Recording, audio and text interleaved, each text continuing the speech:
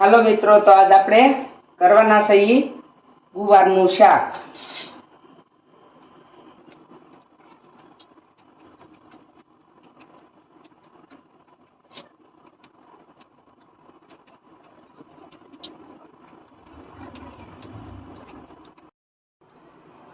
હાલો, કેમ છો બધા? મજામાં?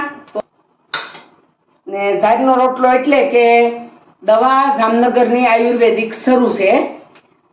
ગોઠણ દુખે છે સરોજના પપ્પાના, એટલે અમે જામનગર ગયા હતા. અને જામનગર આયુર્વેદિક હોસ્પિટલ છે ને એની દવા શરૂ છે. 1.5 મહિનો છો, એ ઝાઝો ટાઈમ લેવી પડે, 6 મહિના સુધી. ને ભૂખ્યા પેટે પહેલા ઉકાળો પીવાનો છે, તો ઉકાળો ઉકળાઈ લો, તમને ઉકાળો બતાવું. બહુ સરસ દવા છે, સારું છે, એનાથી ઘણો ફેર છે. હસોડું ઓલાતું નહોતું તો હાલવાનું સરખું થઈ ગયું છે. તેલ માલિશ કરવાનું આપ્યું છે, એવું બધું આપ્યું છે. ઉકાળો છે, ગોળી પીવાની છે, પણ બધું દેશી છે. જો આ ઉકાળો છે, જો ઝાડનો રોટલો ખાવાનું કીધું છે. બાજરો અને મકાઈ નહીં, મકાઈનો રોટલો અમે ખાતા હતા 2 વર્ષથી, પણ એ ના પાડી છે. અને એનું શાક ઘીમાં બનાવવાનું છે, તો આપણે ઘી, ગાયનું ઘી જોઈએ, તો એ પણ હું તમને બતાવીશ.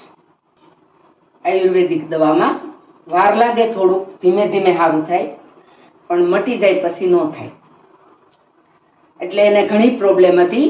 મોઢામાં સાંદા હતા, પેઢા લાલ રહેતા હતા, પછી મસા છે, પછી પગ હોજા ઉતરતા નહોતા. 2 મહિના 3 મહિનાથી પગના હોજા નહોતા ઉતરતા. ઉનાથી દવા લીધી હતી, સુરતથી, અમદાવાદથી, પણ પગના હોજા ઉતરતા નહોતા. તો જામનગર આયુર્વેદિક દવાથી પગના હોજા ઉતરી ગયા, મોઢામાં સાંદા મટી ગયા, સારું થઈ ગયું. જૂની જે માવા ખાતા હોય ને પેલા, એની જૂની ગાંઠ, આમ ચામડું ખેંચાય, અંદર ગૂંઠ થઈ ગયેલી હતી, એ પણ સારી થઈ ગઈ. અને પિંડીની ઉપર ઘૂંટી ઉધી વેત વેત કાળી સાંભળું પડી ગયું હતું પગમાં. પગની ઘૂંટી આવે ને પગની, એની ઉપર એક વેત કાળું સાંભળું થઈ ગયું હતું. એ સાંભળી કાળી થઈ ગઈ હતી, પણ એ પણ અટાણે સારું છે, ઘણો ફેર છે આયુર્વેદિકથી. એટલે હવે જો આ ઉકાળા, પછી આયુર્વેદિક ગોળી, પછી તેલ માલિશ કરવાનું, એવું બધું ઘણું આપ્યું છે. તો આમાં આપણને થોડીક મહેનત પડે, પણ એનાથી બહુ ઘણો ફાયદો થાય છે. તો આયુર્વેદિક હોસ્પિટલનો વિડીયો મેં બનાવ્યો છે, તો તમારે બધાને કોઈને જોવાનું હોય તો કહેજો કોમેન્ટ કરીને. તો હું મેં જામનગર ગઈ હતી હોસ્પિટલે, તો મેં વિડીયો બનાવ્યો છે, હોસ્પિટલ કેવડી ને કેવી છે એ બતાવવા. તો આપણે એ વિડીયો પણ બતાવીશું. ને આ ઉકાળા ને દવા, ઘણી બધી જાતની દવાઓ આપી છે. ગયો છે, હવે આગળ ગાળીને આપી દેવું. 1 ગ્લાસ પાણી હોય ને તો 1/2 ગ્લાસ રેવા દેવાનું, ધીમા ગેસે. ના ઉકાળો બનાવ્યો. હવે ગાયના ઘીમાં જ આપણે શાક બનાવવાનું છે. જો આ ગાયનું ઘી છે.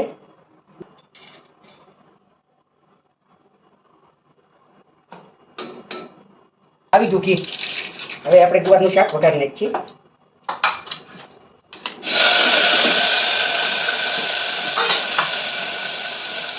હવે એને હળદર ને મરચું જ નાખીને શાક ખાવાનું છે.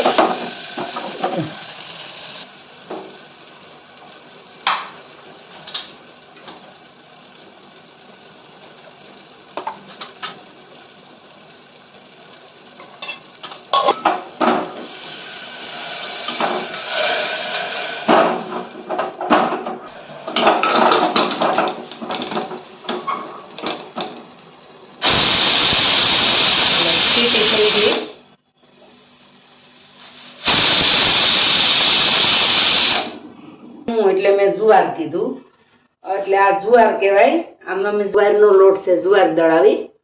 હવે મીઠું નાખીને ઝારનો રોટલો આપણે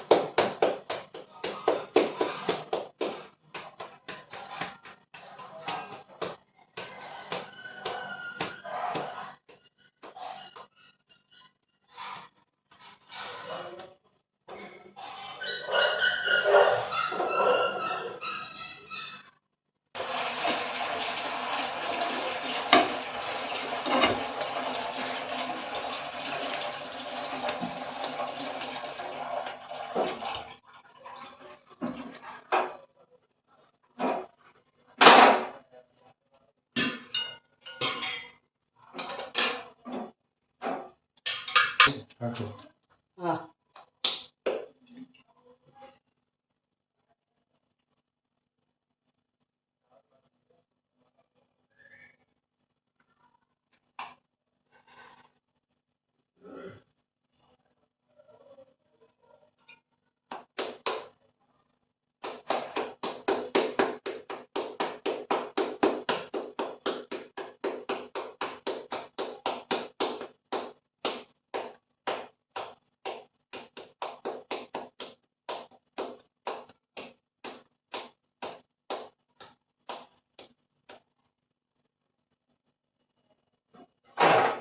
રોટલો સડી ગયો.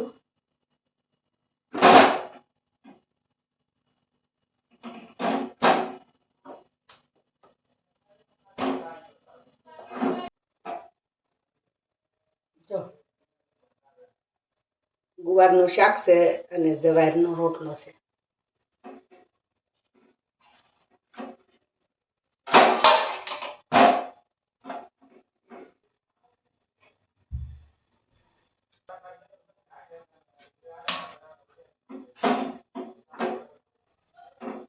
સડી ગયો જો રોટલો.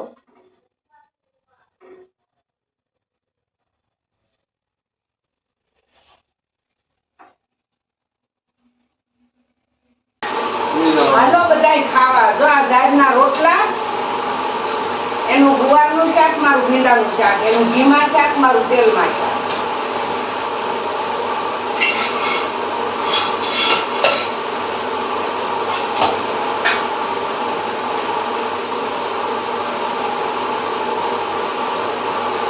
હાલો બધાય ખાવા. એને મોળી છાશ ખાવાની છે, મારે દૂધ ખાવાનું છે. એને સીપડાનું ઉથાણું, મારે ખાખરી. હાલો બધાય ખાવા. જારનો રોટલો ને ઘીમાં શાક. બોલું તમારે